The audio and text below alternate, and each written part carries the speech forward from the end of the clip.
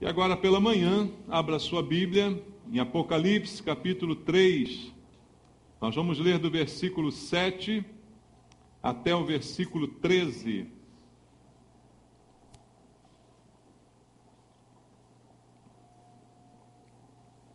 Apocalipse, capítulo 3, do versículo 7 até o versículo 13. A palavra de Deus diz assim: ao anjo da igreja em Filadélfia escreve: estas coisas diz o santo, o verdadeiro, aquele que tem a chave de Davi, que abre e ninguém fechará, e que fecha e ninguém abrirá. Conheço as tuas obras, eis que tenho posto diante de ti uma porta aberta, a qual ninguém pode fechar, que tens pouca força, entretanto, guardaste a minha palavra e não negaste o meu nome. Eis que farei que alguns dos que são da sinagoga de Satanás, desses que a si mesmos se declaram judeus e não são, mas mentem, eis que os farei vir e prostrar-se aos teus pés e conhecer que eu te amei, porque guardaste a minha palavra, a minha perseverança. Também eu te guardarei da hora da provação que há de vir sobre o mundo inteiro, para experimentar os que habitam sobre a terra. Venho sem demora. Conserva o que tens, para que ninguém tome a sua coroa. Ao vencedor, faloei coluna no santuário do meu Deus, e daí jamais sairá. Gravarei também sobre ele o nome do meu Deus, o nome da cidade do meu Deus, a Nova Jerusalém, que desce do céu, vinda da parte do meu Deus, e o meu novo nome. Quem tem ouvidos, ouça o que o Espírito diz às igrejas. Amém. Pai amado, nós queremos ouvir a Tua palavra essa manhã, Pai. Queremos ter ouvidos para dar ouvidos ao Espírito Santo.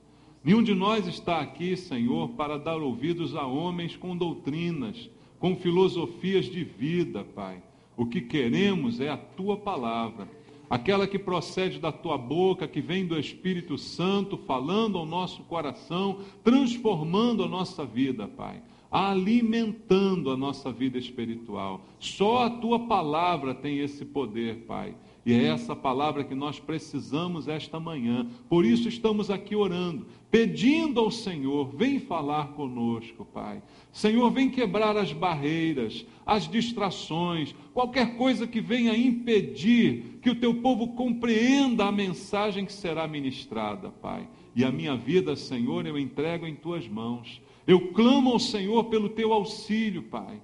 Que o Espírito Santo esteja sobre mim, me dando a unção que eu necessito para ministrar a Tua palavra, de maneira que ela chegue aos nossos corações. Essa é a oração que eu faço com os meus irmãos, em nome de Jesus. Amém. Graças a Deus. Louvado seja o Senhor. Podem sentar, irmãos. Amados, como temos visto no estudo destas cartas, eu tenho sempre falado no início da mensagem da razão, do motivo e da importância de nós estudarmos estas cartas, porque são cartas que o Senhor Jesus escreveu diretamente. É o único caso na palavra de Deus em que o que está escrito foi ditado realmente pelo Senhor. Ele disse a João: João, escreve, e João começa a escrever. Nos outros livros da Bíblia nós vemos a inspiração de Deus, mas aqui Deus disse textualmente cada uma dessas palavras ao apóstolo João, para que ele registrasse isso e entregasse às igrejas daquele momento, que passavam por problemas e que precisavam ser alertadas, algumas advertidas, algumas pelo Senhor. E olhando para as cartas, como eu tenho dito a cada semana, a gente aprende, irmãos, aprende qual a opinião de Jesus a respeito da igreja. Não importa muito qual a opinião que nós temos sobre a igreja. Nós gostamos de julgar a igreja, não é? Nós gostamos de dar opinião sobre a igreja, se a igreja é boa, se a igreja é ruim, se a igreja é alegre, se a igreja é triste, se ela é assim, se ela é assado. Mas nada disso tem sentido, senão a opinião do Senhor a respeito da igreja.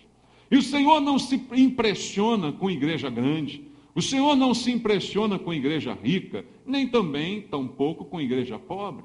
Não é esse o padrão de avaliação do nosso Senhor? Ao olhar para cada uma dessas igrejas, ele disse como ele estava vendo cada uma destas igrejas, embora aos olhos do mundo, muitas delas, destas visões, fossem completamente diferentes. Jesus vê o que normalmente as pessoas não veem. Então, conhecer essas cartas é importante para a gente conhecer o que Jesus aprova e o que ele reprova na igreja, o que ele vai premiar, o que ele vai punir, o que ele quer corrigir, o que ele quer melhorar. E olhando para essas cartas, nós vamos ter realmente um padrão de julgamento. Para que esse padrão sirva, para que a gente olhe para a nossa igreja, ou para a igreja que somos nós. Sabia que cada um de nós é a igreja do Senhor? Nós somos a igreja. E como Jesus está olhando para nós? Como é que anda a nossa vida? Como é que a nossa vida se enquadra nessas observações que Jesus está fazendo aqui e entregando a João para que ele transmita a estas igrejas? Então é importante conhecer essas cartas, sempre lembrar delas, para que a nossa vida seja comparada com esse padrão que o Senhor Jesus está estabelecendo. E aqui nesta carta, que é a penúltima, nós estamos vendo a carta que Jesus manda ser escrita à igreja em Filadélfia, é o nome desta cidade. E a cada carta Jesus se utiliza das características da própria cidade para trazer uma mensagem que seja bem compreendida por aqueles que vão ouvir a palavra. Ele fala de características. E é importante a gente estudar um pouquinho a característica dessas cidades. O próprio nome Filadélfia, ele é um nome sugestivo. A origem desse nome, irmãos, é o amor fraternal. Esse é o significado, amor entre irmãos. Filadélfia vem de palavras em grego que significam exatamente isso, amor, irmãos. Então, amor fraternal, é isso que significa o nome dessa cidade. Era, dentre todas elas, a menor cidade é esta cidade chamada Filadélfia. Ela ficava num vale entre Pérgamo e Laodiceia, e ela também tinha os mesmos problemas que as demais cidades daquela região. Os problemas não dependem do tamanho da cidade, os problemas são os mesmos, irmãos. Idolatria estava presente, Império Romano dominava aquela região e a idolatria se espalhava também por esta cidade. Ela cultuava alguns deuses também do panteão grego, ela cultuava o deus Dionísio, o deus do vinho, era o objeto de culto dessa cidade, e ela era também uma grande produtora de uvas. Então tem tudo a ver, né? Já que o nosso produto é uvas, adoramos o Deus do vinho. É bem conveniente, né? Que a nossa adoração esteja de acordo com a nossa economia, e é isso que fazia aquela cidade. E, como curiosidade, essa cidade foi fundada pelo rei de Pérgamo, chamado Átalo, né? Conhecido pela sua lealdade ao seu irmão. Daí o nome que ele deu à cidade, Filadélfia, porque amor fraternal entre irmãos. O rei que fundou a cidade, que amava o seu próprio irmão, e assim chamou a cidade em homenagem a esse amor fraternal entre ambos, não é? E esta é a carta que Jesus não faz nenhuma repreensão. A igreja é retratada como uma igreja que não tinha nada que desagradasse ali ao Senhor, não é?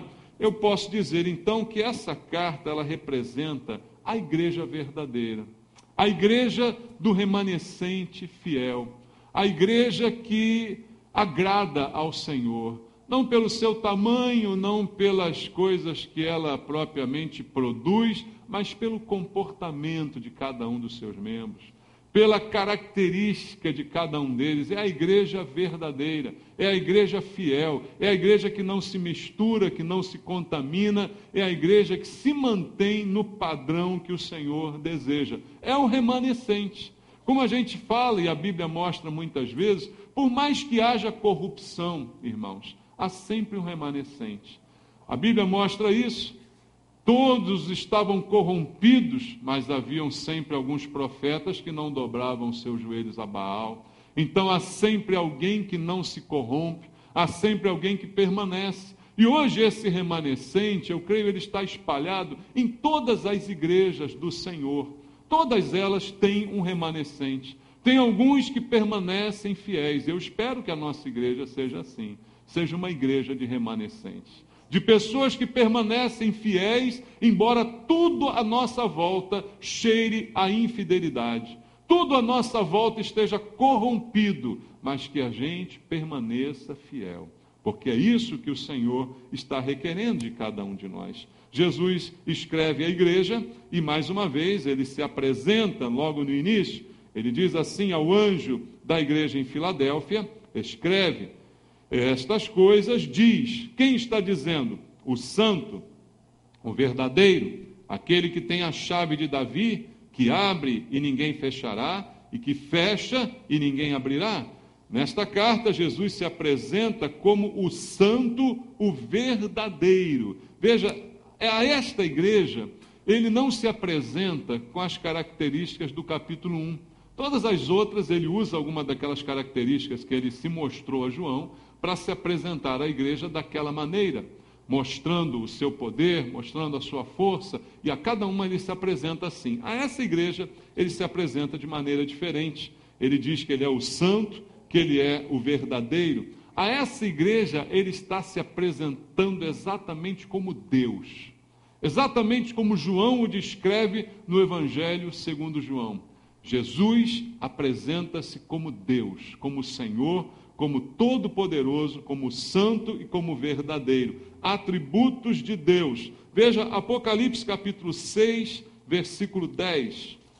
Apocalipse 6, 10 diz assim: clamaram em grande voz, dizendo: até quando, ó soberano Senhor, santo e verdadeiro, não julgas nem vingas o nosso sangue dos que habitam sobre a terra? Assim a Bíblia se refere a Deus, o santo e verdadeiro. E assim Jesus se apresenta àquela igreja. Eu sou o santo, eu sou o verdadeiro. Assim Jesus está se apresentando. E quem é do remanescente conhece muito bem quem é Jesus. A própria palavra de Deus diz que o Senhor afirma, irmãos, as minhas ovelhas conhecem a minha voz. E eu também as conheço. Eu as conheço pelo nome. Então ele se apresenta: eu sou Deus. O Deus a quem vocês têm servido, a quem vocês têm sido fiéis. E também no verso 7, ele diz: eu sou aquele que tem a chave de Davi, que abre e ninguém fechará, e que fecha e ninguém abrirá. Jesus está fazendo uma referência a um texto do Antigo Testamento. Vamos ler Isaías, capítulo número 22. Isaías, capítulo 22. Se você tem a sua Bíblia aí com referências, não precisa ser uma Bíblia de estudo, a maioria das Bíblias tem referência. Você pode ver que nesse versículo tem aí, em pequenininho, escrito bem pequenininho, Isaías 22, 22. Tem isso aí na sua Bíblia? Por quê? É a referência a um texto onde está escrito esta palavra. Jesus está fazendo referência à palavra de Deus ao se reportar a Isaías 22, 22. E ele diz assim, na palavra do Senhor: porei sobre o seu ombro a chave da casa de Davi. Ele abrirá e ninguém fechará, fechará e ninguém abrirá. Veja, nesse contexto ao qual Jesus se referia, a chave da casa de Davi, Davi quem era o rei de Israel, Jerusalém, a cidade real, ali Davi tinha o domínio como rei, e o que o texto está aqui descrevendo é que estava reinando naquele momento, estava não reinando, mas soberano, com evidências naquele momento, um homem que era ímpio. E Deus está dizendo que ele iria tirar o poder da mão desse homem e colocar o poder na mão de Eliaquim. Então está escrito aqui no versículo 20, chamarei o meu servo Eliaquim, filho de Ilquias, e aí dei a ele essa autoridade. E diz no versículo 22 que poria sobre o seu ombro a chave de Davi. A chave que abre, ninguém fecha, e fecha, ninguém abre. O que quer dizer isso? A autoridade. A autoridade seria dada a Eliaquim. A autoridade completa sobre aquela cidade. Num nível maior, Jesus está se referindo a essa passagem para dizer que ele, como raiz de Davi, que ele, como Senhor, agora tem autoridade não apenas sobre Jerusalém, mas sobre toda a terra.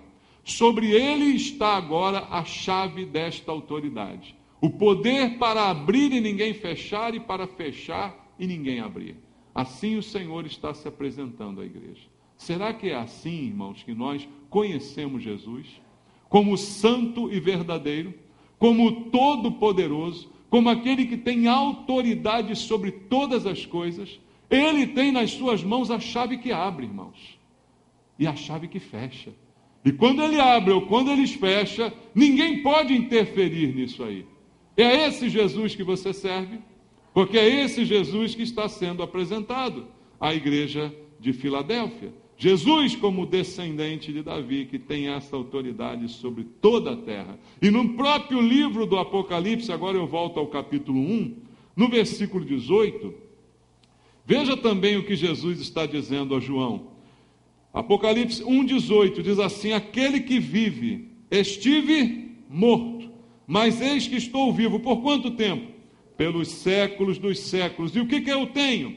Eu tenho as chaves da morte e do inferno. Jesus tem as chaves de toda a autoridade. Todo o poder lhe foi dado nos céus e sobre a terra, como diz a Bíblia. E as chaves estão nas suas mãos. As chaves são o símbolo da autoridade. Ele tem a chave da morte, ele tem a chave do inferno, ele tem a chave que abre, que fecha, e que ninguém pode alterar a sua vontade e os seus desígnios. Assim a Bíblia apresenta Jesus, e assim ele está se apresentando à igreja em Filadélfia. Por que é importante essa apresentação? Para nós sabermos quem é o Deus em quem temos crido. Uma vez o apóstolo Paulo disse: eu sei em quem tenho crido. Irmãos, eu às vezes tenho a sensação que se eu fizer essa pergunta para a maioria dos crentes hoje, eles não sabem quem é Jesus. Eles não sabem em quem têm crido. Eles confundem, eles creem num Jesus que é completamente diferente do Jesus que eu creio.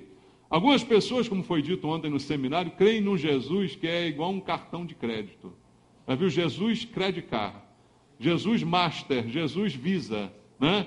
É um Jesus que serve para eu comprar tudo que eu quiser, para eu ter tudo que eu quiser, para que as portas se abram completamente para mim. É esse o Jesus que muita gente crê, né? Talvez não use até esse versículo, mas ele tem a chave que abre. Então, com o Mastercard Jesus, eu abro todas as portas. Talvez alguém pense dessa forma, irmãos. Mas não é esse o Jesus que nós conhecemos. Ele é o Todo-Poderoso. Ele é o que tem as chaves do céu, do inferno, da morte. Tudo está sob o seu domínio. E assim ele está se mostrando àquela igreja, e assim ele está introduzindo a mensagem que ele queria trazer àqueles crentes. No versículo 8, ele continua na sua carta dizendo mais uma vez, como disse a todas elas: conheço as tuas obras. Eis que tenho posto diante de ti uma porta aberta. Eu tenho a chave, a porta está aberta, a qual ninguém pode fechar. Por que ninguém pode fechar? Porque fui eu que abri, e eu tenho a chave que abre e ninguém fecha. Que tens pouca força, entretanto, guardaste a minha palavra e não negaste o meu nome. Ele diz àquela igreja: conheço as tuas obras. Mais uma vez ele repete a mesma coisa. Por quê, irmãos? Para entrar na nossa cabeça de uma vez por todas, que Jesus sabe tudo que a gente faz. Jesus conhece as nossas obras. Jesus conhece os nossos pensamentos. Jesus conhece as nossas motivações. Conhece o que nós fazemos e o porquê nós fazemos. Toda a igreja ele vai repetir a mesma coisa. Eu conheço, eu sei quem são vocês, eu sei o que vocês têm feito, eu sei o porquê que vocês estão aqui, eu sei o que motivou vocês a sair de casa essa manhã. Eu sei tudo sobre vocês, eu conheço. E quando eu conheço e a coisa é boa, isso é bom para vocês. Agora, o problema é quando eu conheço e a coisa é ruim, né? Eu conheço e sei que não está bem a tua vida. Para essa igreja, ele está dizendo: eu conheço e eu sei que a coisa está boa, porque vocês não negaram a minha fé, vocês não negaram o meu nome, vocês têm um compromisso comigo. É isso que Deus precisa conhecer na nossa vida, irmãos. Pensa agora comigo, se Deus conhece a gente por inteiro, o que Ele tem conhecido a respeito de nós? O que Ele tem conhecido a respeito das nossas motivações? Isso é para a gente pensar, irmãos, é sempre para a gente refletir. E ele diz: eu tenho posto uma porta aberta que ninguém pode fechar. Qual é a porta, irmãos? Você lembra do Evangelho segundo João? Leia comigo João capítulo 10. Jesus está dizendo, eu tenho posto uma porta aberta. E quem é a porta, irmão? João capítulo 10, versículo 9. Olha o que está escrito. Eu sou o quê? A porta. Se alguém entrar por mim, será salvo. Entrará e sairá e achará pastagens. Eu sou a porta. Jesus está dizendo, eu tenho posto diante de vocês uma porta aberta que ninguém pode fechar. Quem é a porta? Ele mesmo. Eu estou aqui diante de vocês e esta porta que sou eu está aberta para acolher vocês e ninguém pode fechar essa porta. Esta porta está aberta para receber vocês. É o que o Senhor está dizendo, irmãos. Eu às vezes vejo muitos de nós orando, pedindo, Senhor, abre uma porta. Senhor, abre essa porta de emprego, abre essa porta de casamento, abre a porta. Tem tanta porta que o pessoal quer abrir hoje, não tem, irmãos? Fala sério. Mas qual é a porta principal? A porta é Jesus. E ela já está aberta. Tá bom? Eu quero dizer para você que todas as portas que você precisa já estão abertas. Porque Jesus abriu a porta. Ele abriu a porta para você passar, para você entrar, para você fazer morada, para você entrar e sair com liberdade, como ele diz, entrará e sairá, e achará pastagens. Entrará e sairá não quer dizer, hoje eu estou com Cristo, amanhã eu não estou. Hoje está dizendo que eu entrei e eu tenho a liberdade de estar com Ele, porque Ele não me aprisiona. Ele me deixa livre como Ele me fez livre, mas livre para adorá-lo, livre para reconhecê-lo como meu Senhor. A porta já está aberta, meu irmão. É isso que ele está dizendo para essa igreja, que é o remanescente. Você é fiel? Você é um do remanescente fiel? Eu digo para você, a porta está aberta para você. O Senhor está com a porta aberta e ninguém pode fechar essa porta. Quem entrar, será salvo. Quem entrar por essa porta será salvo. Salvo através da porta. Pelo que eu sou salvo? Eu sou salvo por Jesus Cristo.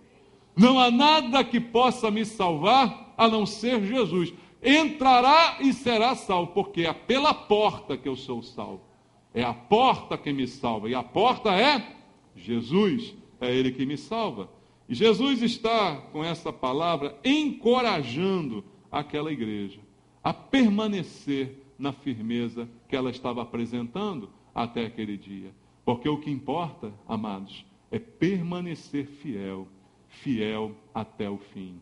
Assim o Senhor deseja, e Ele está dizendo, permaneçam assim, porque a porta está aberta. A porta sou eu, e em mim vocês terão sempre a vitória. A porta está aberta, permaneçam dessa forma, permaneçam do jeito que vocês estão. Eu conheço as obras de vocês e por isso essa porta está aberta. Embora eu saiba, como ele diz no versículo 8, que vocês têm pouca força. Você viu isso aqui, irmãos? Vocês têm pouca força. Por quê? Filadélfia.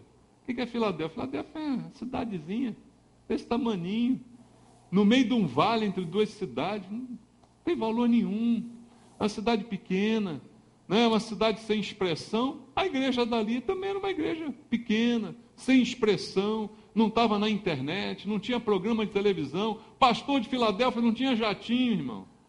Olha que problema, como é que era essa igreja, Pouca força, não dá para fazer muita coisa em Filadélfia, porque politicamente, economicamente, era uma igreja de poucos recursos, mas, no entanto, era grande para Deus, era grande e importante para o Senhor. A força dela era pequena, mas, entretanto, diz o Senhor, guardaste a minha palavra e não negaste o meu nome. O remanescente, irmãos, sempre será pequeno. Jesus disse, muitos são os chamados, mas poucos os escolhidos. O remanescente sempre será minoria. Quem vai entrar no céu sempre vai ser muito menos do que quem vai entrar no inferno, irmãos. Não que Deus deseje isso, mas é a realidade pela escolha da humanidade. Então o remanescente é sempre pequeno, é sempre fraco. A gente é que se deixa impressionar com as forças e poderes. Tem gente que acha que uma igreja é mais forte porque tem mais dinheiro. Como se o dinheiro fosse a prova de que Deus está abençoando alguma coisa. Irmão, o dinheiro pode ser a prova do que o diabo está envolvido naquilo, sabia? Porque o diabo também dá muito dinheiro para muita gente, irmão. Então pensa nisso e começa a pensar direitinho no que diz a Bíblia, não o que dizem as pessoas, irmãos. Veja o dinheiro, o poder de uma igreja, não quer dizer nada. A igreja que mais cresce no mundo inteiro chama-se Testemunho de Jeová. E é uma grande heresia. E eu creio que todos eles devem ir para o inferno, se permanecerem da maneira como creem.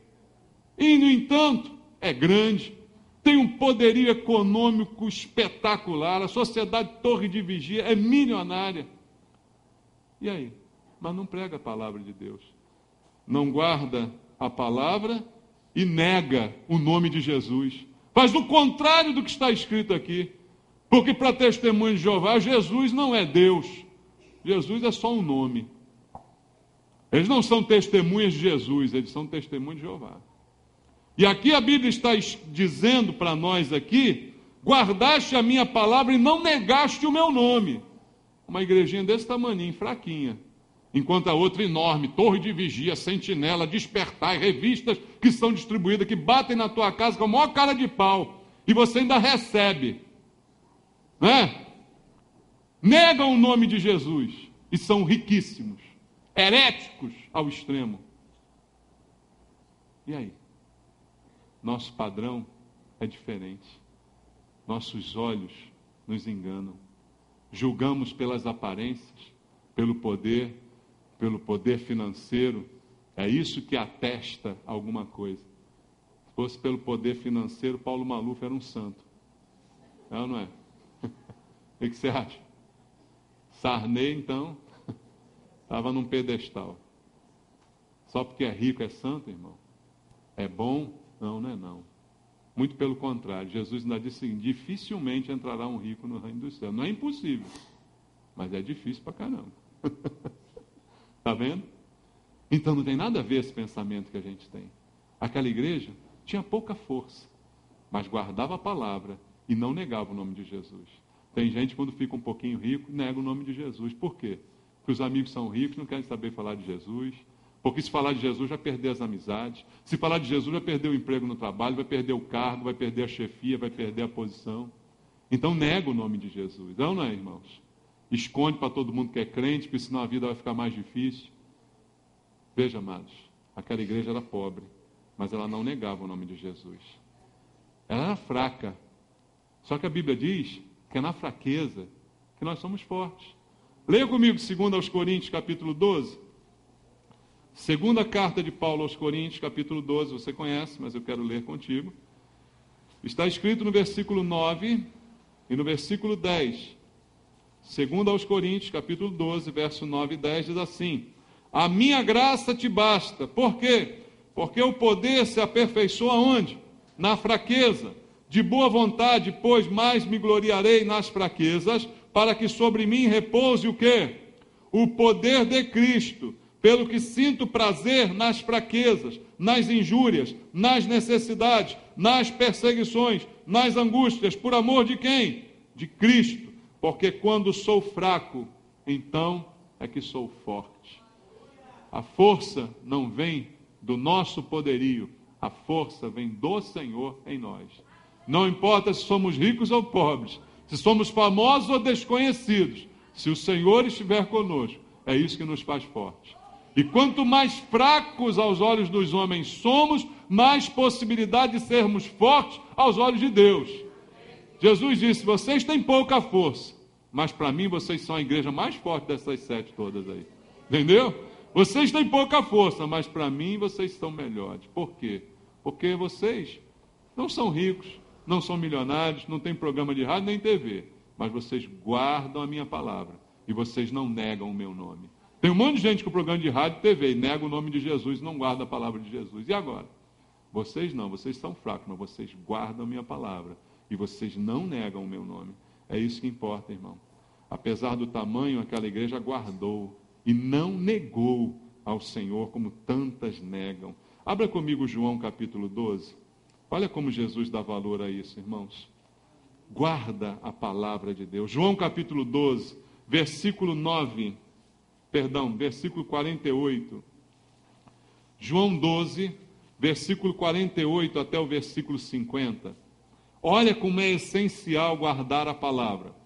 Quem me rejeita e não recebe o quê? As minhas palavras, tem quem o julgue. Quem vai julgar? A própria palavra que tenho proferido. Essa o julgará no último dia.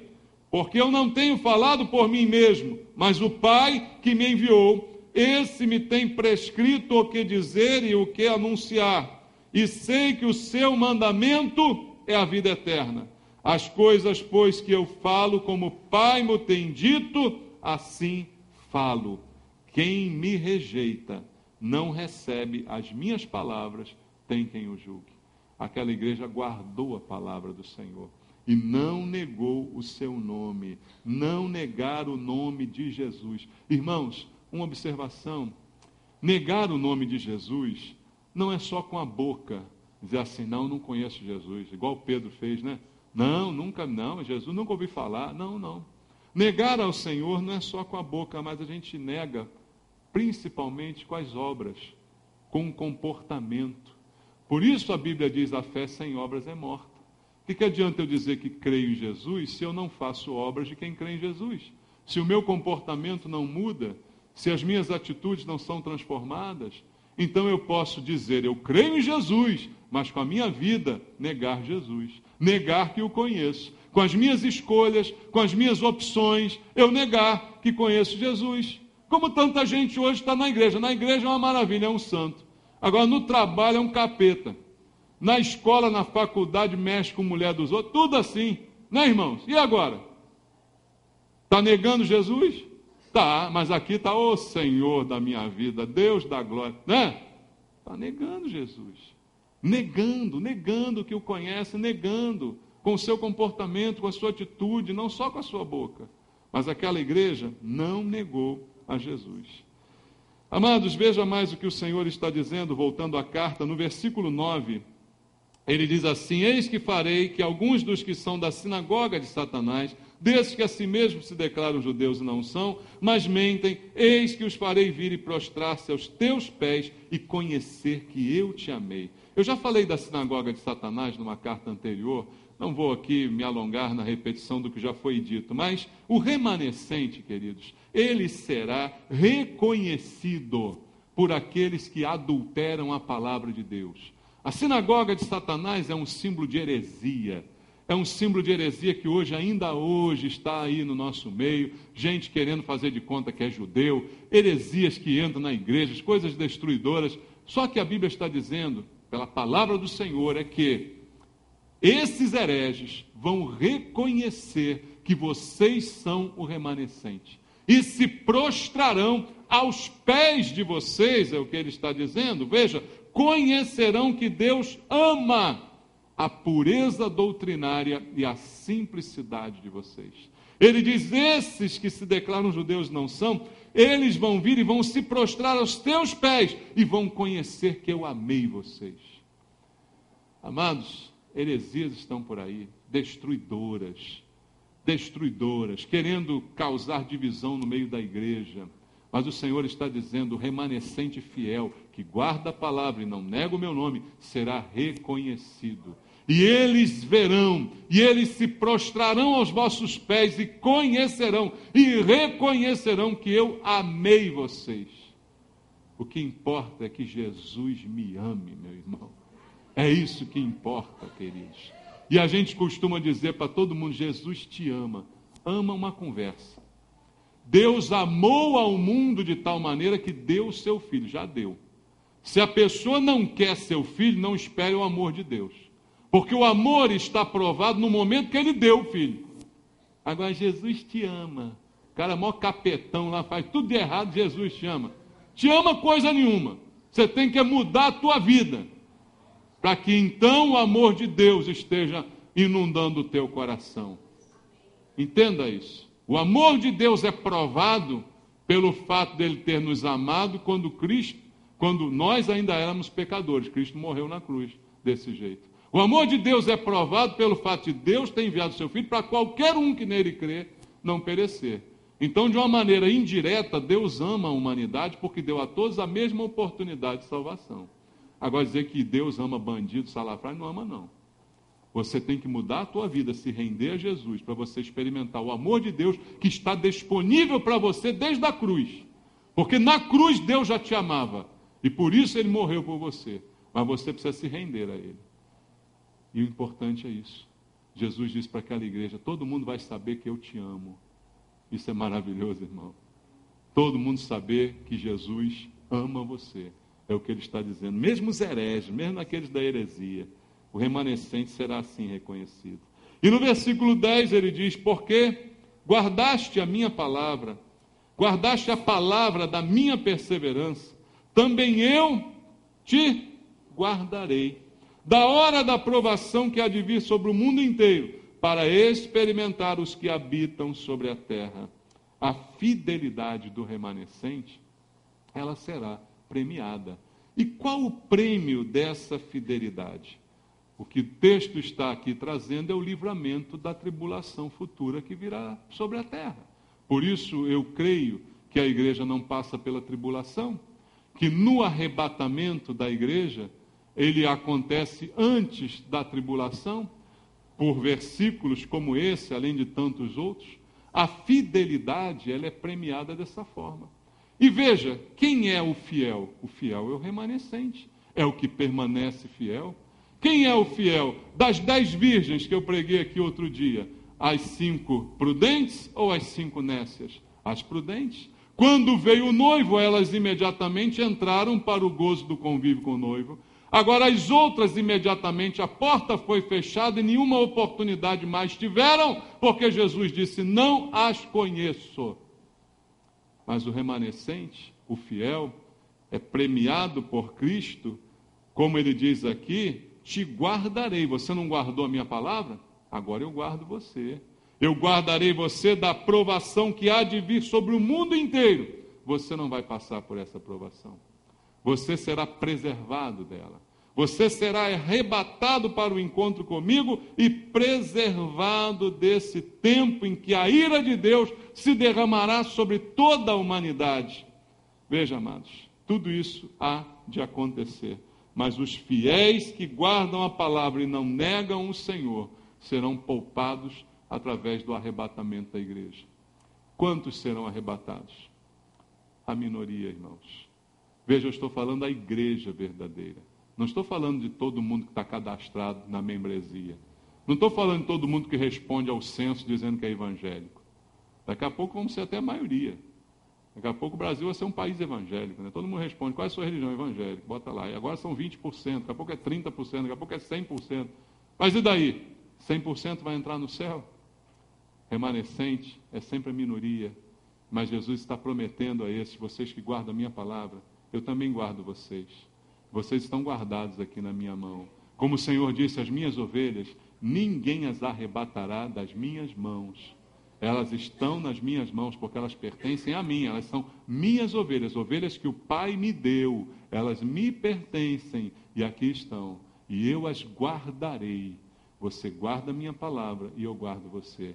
É isso que o Senhor está dizendo para essa igreja, queridos. Esse é o prêmio. E no versículo 11 ele diz, venho sem demora.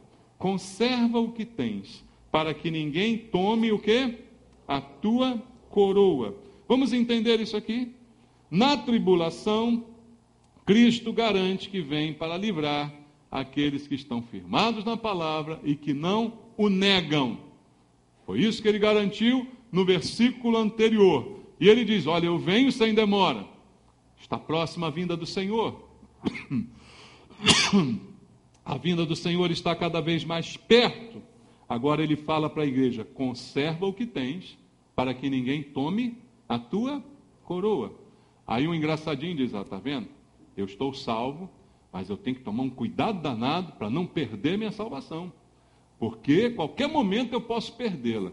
Não, amados, não é isso que o texto está dizendo. O texto está dizendo, e já está prometido no versículo anterior, que você será preservado. Você será salvo, mas o que você pode perder é o seu galardão. Não confunda salvação com galardão, embora rime, né? A rima é perfeita, mas não pode confundir. Galardão é uma coisa, salvação é outra. Ele está dizendo, você está bem, mas conserva o que você tem. Permaneça assim até o fim, para que ninguém tome a tua coroa, para que ninguém tome o teu galardão, o prêmio especial que ainda está separado para você. Vou poupar você, vou guardar você, mas que a tua coroa, ela não seja tomada. Então o Senhor está incentivando quem já está bem a ficar cada vez melhor. Como foi dito aqui pelo Davi no louvor, irmãos, os tempos em que estamos vivendo são os tempos de cumprimento da palavra. E o que a Bíblia diz para esses tempos é que o imundo, o impuro, vai continuar cada vez mais impuro, mas o santo tem que continuar se santificando. Amém? Você é santo, continue se santificando, continue melhorando cada vez mais, guarda aquilo que você tem, guarda aquilo que você já conquistou e permaneça naquilo para o qual você foi chamado. Assim o Senhor deseja, para que ninguém tome a tua coroa. Há uma coroa, há um prêmio esperando por você, e ninguém pode tomar esse prêmio, irmãos. E ele termina o texto dizendo ao vencedor, faloei coluna no santuário do meu Deus, e daí jamais sairá. Gravarei também sobre ele o nome do meu Deus, o nome da cidade do meu Deus, a Nova Jerusalém, que desce do céu, vinda da parte de Deus, e o meu novo nome. Tudo isso gravado sobre o vencedor. Primeiro ele diz, o vencedor será coluna na casa. Coluna serve para quê? Sustentação, né, irmãos? E era também, aí vale a história, né, um costume em Filadélfia, naquela cidade, honrar os magistrados, as pessoas eminentes, com colunas em homenagem a elas e com seu nome gravado naquelas colunas. Então, ter uma coluna daquela era um sinal de grande honra, de grande consideração e respeito. E Jesus está dizendo, essa honra os homens dão uns aos outros, mas essa honra não vale nada. Mas a que eu vou dar a vocês é a mais valiosa de todas. Porque além de você ser coluna, você não vai ser coluna num lugar para os outros verem, você vai ser coluna na casa do meu Deus. E sobre você, coluna, não vai estar gravado o seu próprio nome, vai estar gravado o meu nome, o nome do meu Deus. É isso que vai estar gravado sobre a sua vida. E é isso que importa. Não importa ter o seu nome em colunas nesse mundo, em evidência nesse mundo. O que importa é que você seja coluna na casa de Deus e sobre você esteja o meu nome e o nome do meu Deus. E ele diz, você ali jamais será retirado dali. Você leu isso aqui comigo? Dali jamais sairá. O vencedor. Quem é o vencedor? O vencedor é o crente verdadeiro. É por isso que eu creio na salvação eterna. Porque o vencedor não é quem se diz crente. Não é quem frequenta a igreja. Não é pastor nem diácono que está há anos no ministério. O vencedor é o crente verdadeiro. Esse jamais perde a sua salvação. Jamais é retirado da presença de Deus. E aqui está uma evidência: o vencedor será coluna e ninguém jamais o retirará dali. Essa coluna jamais será derrubada, irmãos. É isso que a palavra de Deus está aqui também nos ensinando. Em nós será gravado o nome de Deus, o nome da cidade de Deus e o nome novo de Cristo, porque nós somos dele. Ele está nos marcando com o seu nome. Pertencemos a ele. Então o nome de Cristo está gravado em nós. Para terminar, abra sua Bíblia em 1ª Epístola de Pedro, capítulo 2. 1ª Epístola do apóstolo Pedro, capítulo 2, versículo 5 até o versículo número 9. 1 de Pedro 2, versículo 5 a versículo 9. Olha o que a Bíblia diz para o crente. Também vós mesmos, como pedras que vivem, pedras vivas, sois edificados casa espiritual, para serdes o que, irmãos? Sacerdócio santo, a fim de oferecer de sacrifícios espirituais, agradáveis a Deus por intermédio de Jesus Cristo. Nossos sacrifícios agora são espirituais. Somos sacerdotes, todos nós, e o nosso sacrifício não é mais de sangue, são sacrifícios espirituais. Por isso está na Escritura: eis que ponho em Sião uma pedra angular, eleita e preciosa, e quem nela crer não será de modo nenhum envergonhado. O crente verdadeiro, de modo nenhum será envergonhado. Para vós outros, portanto, os que credes, é preciosidade, Mas para os descrentes, irmãos, a pedra que os construtores rejeitaram, essa veio a ser a principal pedra angular. Pedra de tropeço e rocha de ofensa. São estes os que tropeçam aonde?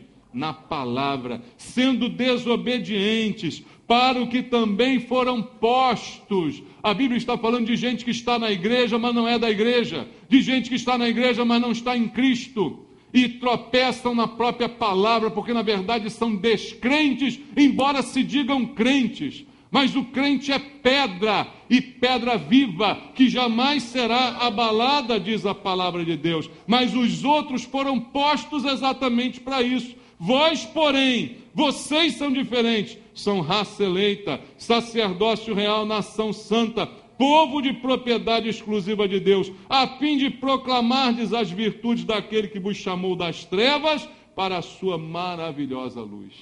Esse texto diz a diferença de quem é pedra mesmo e de quem faz de conta, irmãos. A diferença entre quem crê de verdade e quem não crê.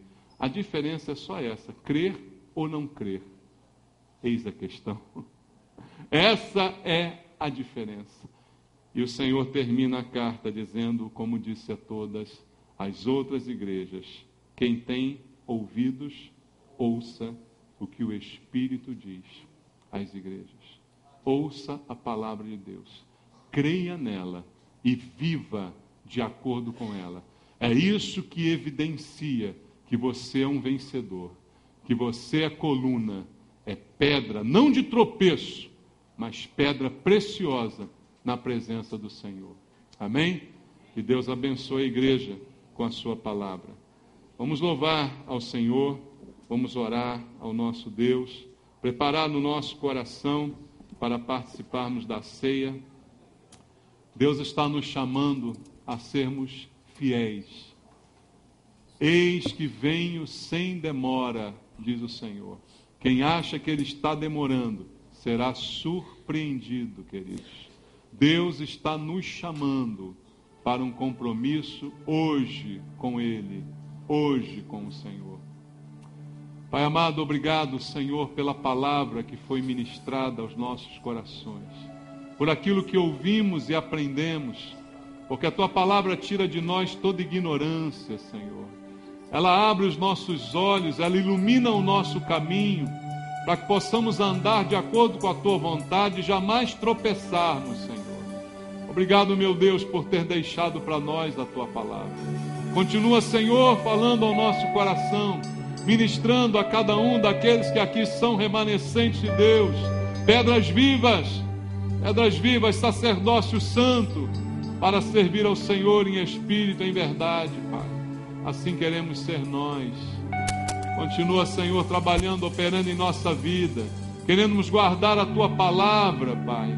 E quem crê no Senhor jamais será confundido, diz a Tua palavra. Pai Santo, é nisso que cremos e é nisso que esperamos, Senhor. Fala a Tua igreja, toca no coração dos meus irmãos. Promove uma vida espiritual sadia para cada um deles, Senhor. Que nós possamos guardar firmes a Tua palavra até a Tua vinda, até a Tua volta, permanecer contigo, Senhor, inabalados, crendo no Senhor e não negando o Teu nome. Assim eu te peço, Pai, em nome de Jesus. Fala conosco, em nome de Jesus. Vamos participar da ceia agora, vamos louvar. Enquanto louvamos, receba os alimentos da ceia e examine o teu coração diante do Senhor.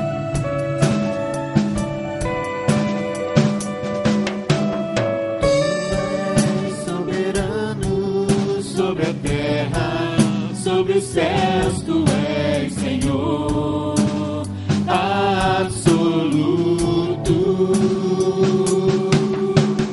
Tudo que existe acontece, Tu sabes muito bem. Tu és tremendo. Tu és soberano. Tu és soberano. Sobre a terra, sobre os céus, Tu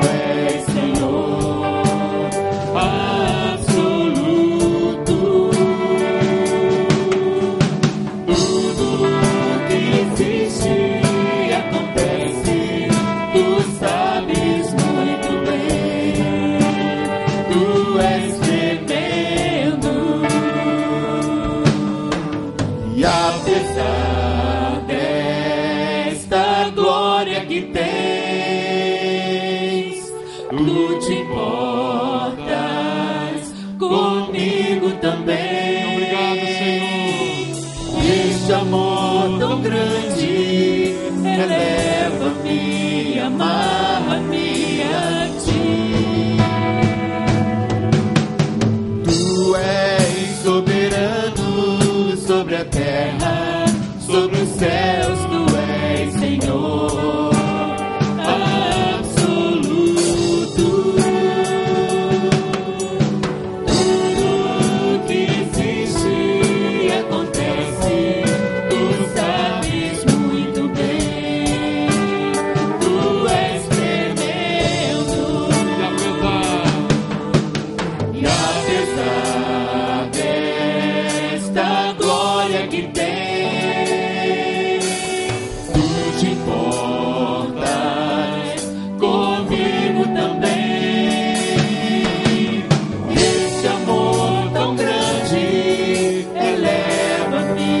amarra-me a ti.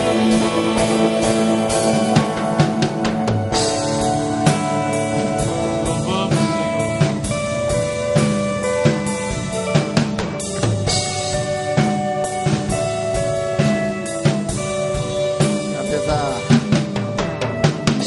Apesar desta glória que tens, tu te importas comigo também. E esse amor tão grande eleva-me, amarra-me a ti. Tu és tremendo.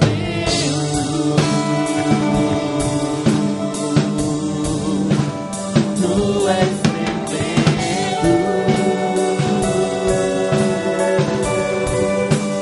Tu és tremendo. Obrigado, Senhor. Obrigado por esse amor com que o Senhor nos amou a ponto de dar a sua vida por cada um de nós. E aquilo que estamos fazendo agora, a celebração da ceia do Senhor, é em memória ao Senhor nosso Deus, ao Senhor Jesus, ao Senhor que nos salvou e que tanto fez por nós. Através da tua morte, do sangue que foi derramado na cruz, nossos pecados foram perdoados, porque o Senhor nos substituiu na condenação que merecíamos, Pai. E estamos aqui essa manhã, celebrando a ceia em tua memória, em memória dessa grande obra feita pelo Senhor, para nos salvar. O Senhor morreu na cruz. Obrigado pelo pão que partimos, pelo que ele simboliza, o corpo do Senhor que sofreu terrivelmente em nosso favor. Obrigado, Deus, pelo que foi feito, pela tão grande salvação que o Senhor nos deu. Nós te agradecemos por esse pão e oramos em nome de Jesus. Amém? Participemos dele todos.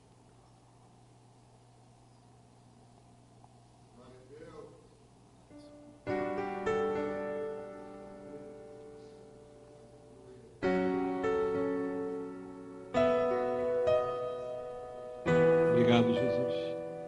Glória ao teu nome, Senhor. Esse cálice é o cálice da nova aliança, derramado em favor de nós, para a remissão dos nossos pecados. O sangue foi derramado por nós. E aqui está simbolizado neste cálice o sangue de Cristo. Em tua memória, Senhor, participamos dele com temor no nosso coração, porque reconhecemos que tão grande salvação foi dada a nós através do que o Senhor fez. Não foi nada que fizemos nem que possamos fazer, Pai, mas foi algo que o Senhor fez por nós. É por isso que te louvamos essa manhã e nos lembramos de Ti nesta ceia, Senhor, te agradecendo pelo sangue derramado por nós, pela aliança que Ele representa, que agora temos com o Senhor uma aliança, mas temos também com os nossos irmãos, porque somos igreja do Senhor. Pai Santo, nos lembra cada dia dessa aliança, para que haja um compromisso, não somente contigo, mas também com a tua igreja. Como pode alguém dizer que tem um compromisso com Cristo, se não tem um compromisso com a igreja? É impossível, porque a igreja é o corpo de Cristo, e nós estamos em aliança com o Senhor. Por isso, Pai, o compromisso com Cristo também requer um compromisso com a igreja do Senhor Jesus. Queremos estar sempre diante do Senhor, vivendo esse compromisso. Te agradecemos, Pai, e pedimos perdoa os nossos pecados. Perdoa as falhas que ainda cometemos, Pai. Perdoa os pecados que por acidente ainda passam pela nossa vida, Senhor. Tem misericórdia de nós, é o que te pedimos, em nome de Jesus. Amém. Graças a Deus. Participemos. Obrigado, Senhor. Obrigado, Pai. Obrigado, Senhor. Obrigado, Senhor. Te louvamos, Pai. Tu és tremendo, Senhor.